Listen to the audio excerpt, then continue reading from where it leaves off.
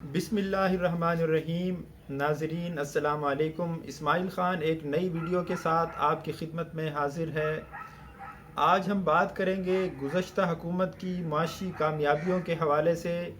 ناظرین، گزشتہ حکومت نے بہت سی معاشی کامیابیاں حاصل کی ہیں مشکلات کے باوجود، لیکن پروپیگنڈا ایسی چیز ہے کہ وہ جھوٹ کو سچ اور سچ کو جھوٹ بنا دیتا ہے۔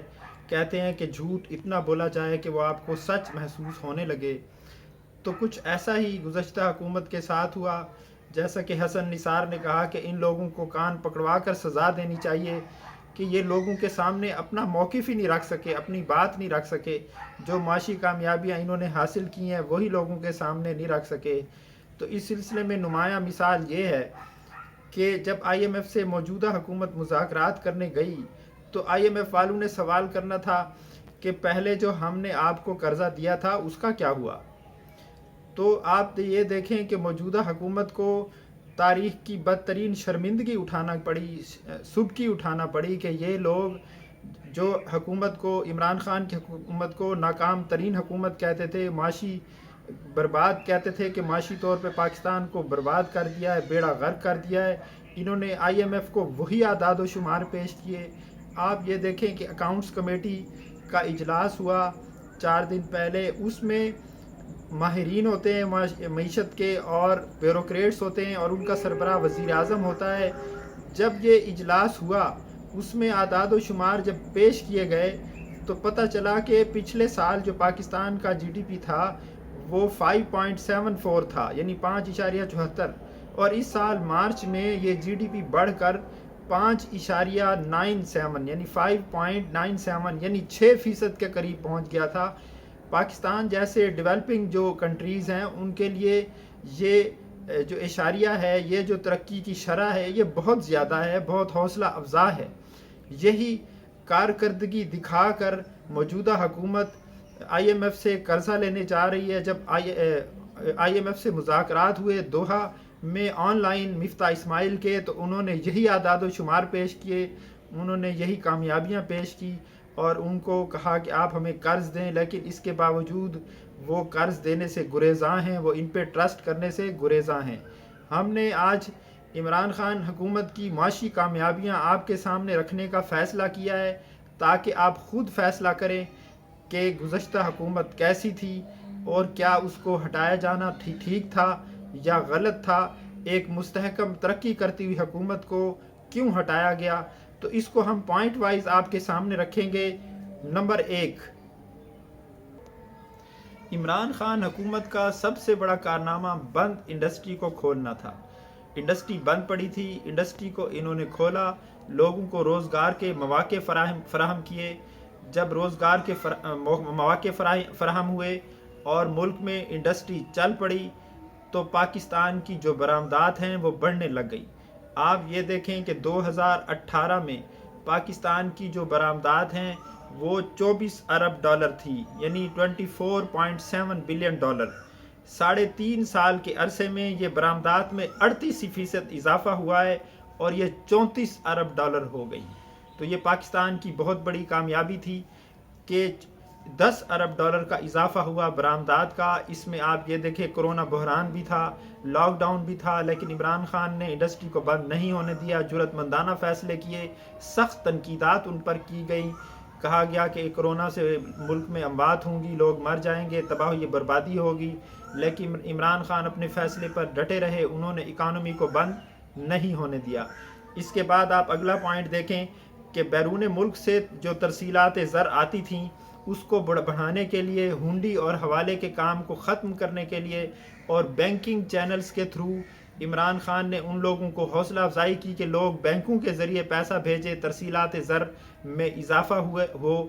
2018 میں جو ترسیلات زر تھی اس میں عمران خان کی حکومت نے 60% اضافہ کیا، یعنی 19.6 ارب ڈالر 2018 میں ہو رہی تھی، جو کہ مارچ 2022 میں بڑھ کر 31 ارب ڈالر ہو گیا ہے۔ 31 ارب ڈالر سے بھی زیادہ ہے، یعنی 31.3 بلین ڈالر کا اضافہ ہوا ہے۔